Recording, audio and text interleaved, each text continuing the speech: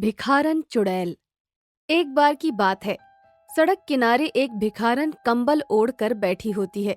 तभी वहां पर एक पुष्पा नाम की औरत आती है और वो औरत उस भिखारन को एक कंबल देते हुए कहती है, ये लो अम्मा, कंबल और कुछ खाने की चीज है। बहुत भूख लगी होगी ना आपको? हाँ, मैं बहुत दिनों से भूखी हूँ और मेरी भूख ये घास फूस खाकर नहीं मिटेगी। मुझे मांस चाहिए, मांस। अरे अम्मा, कैसी बात कर रही हैं आप? मांस खाना बुरी बात है। आप ताजे ताजे फल खाइए, इससे आपको ताकत मिलेगी। तुझे कहा ना कि मुझे मांस चाहिए। ये घास फूस तू ही खा। आपको नहीं खाना तो मत खाओ, लेकिन मैं आपको मांस नहीं दे सकती खाने के लिए, और मैं यहाँ से जा रही हूँ। आपको जो ठीक लगे वो करो। तुझे इसकी बहुत महंगी कीमत चुकानी पड़ेगी। तूने मुझे मना किया है।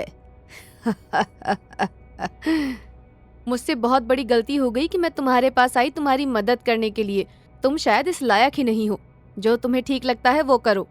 पुष्पा को उस भिखारन की इस बात से बहुत गुस्सा आता है और वो गुस्से से वो कंबल और फल वहां पर रख कर चली जाती है। ऐसे ही कुछ दिन बीत जाते हैं।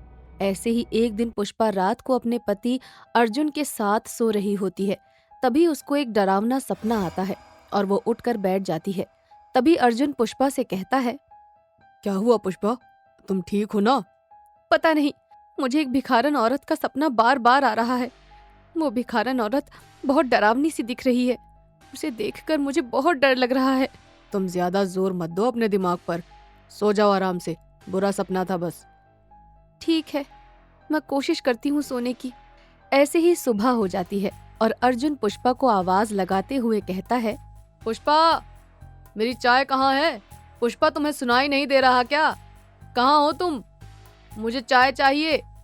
अर्जुन पुष्पा को यहाँ वहाँ ढूंढने लगता है और वो देखता है कि पुष्पा सोफे पर अपने सर के सारे बाल आगे करके बैठी होती है।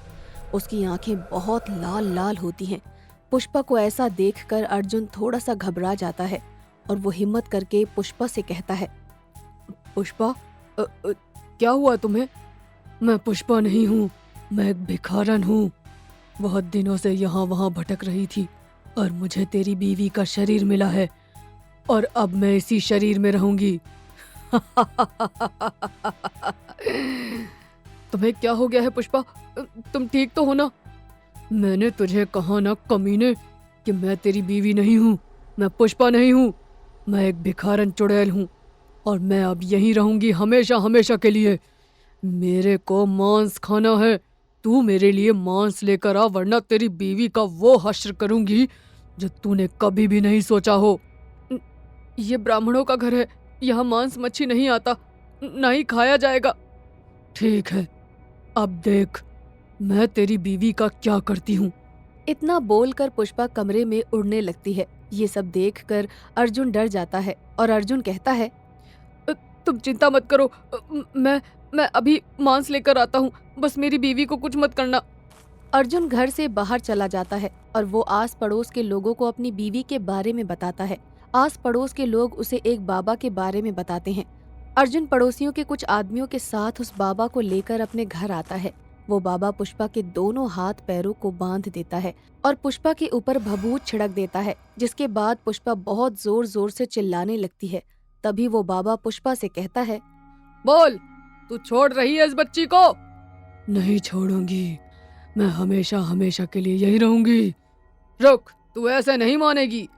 बाबा पुष्पा के ऊपर भभूत छिड़कते हैं और माता रानी के लॉकेट पुष्पा के गले में डालते हैं, जिसके बाद वो भिखारन चुड़ैल तड़पने लगती है। बाबा अधिकारी चुड़ैल की आत्मा को एक बोतल में बंद करते हैं और अपने साथ हमेशा हमेशा के लिए ले जाते हैं।